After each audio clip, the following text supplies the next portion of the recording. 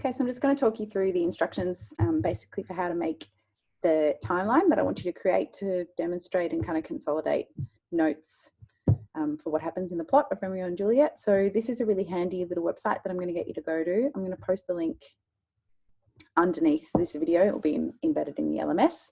So there'll be a link to access this site, and then there'll be a Dropbox link as well where you're going to post your screenshots of this rather than signing in. We'll just take a screenshot. It's just a little bit logistically easier. So once you've accessed this site, it's relatively, user-friendly and straightforward. You're going to need to give your timeline a title. It might be something like Romeo and Juliet plot overview, something like that. And then you can start creating some events on the timeline. There's an option to choose an image, so we can do that later. I will talk you through that.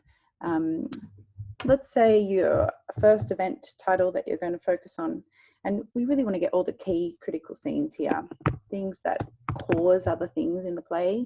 So let's say the prince's ruling. And this is my second time making this video. The first time I wrote a very, very wordy title. So in some ways, the trickiest part of this activity is actually being able to reduce a whole scene down to a heading and a brief little summary. So I'm calling mine The Prince's Ruling. And if you know the play at all, you know that that's Act 1, Scene 1. We've sort of got like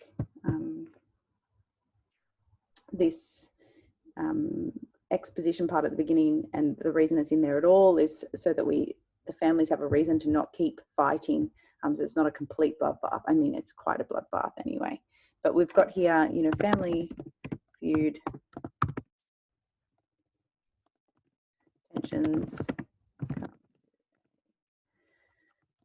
and as a result, they must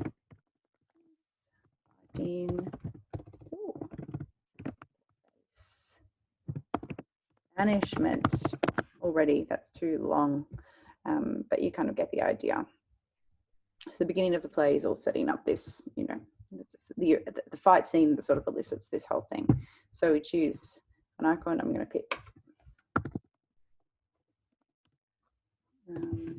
this might be a fitting little icon.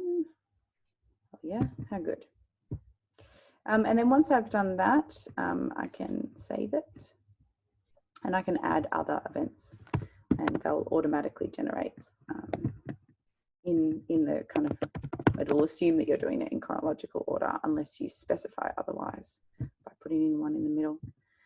So then once you've got the basic plot points plotted, then you can go into the design elements and change it up a little bit there. So there's some different preset ones that you can do. You can pick which ones you like to do, and what you would like. And then you're just going to take a screenshot once it's done and upload it via the link to the Dropbox.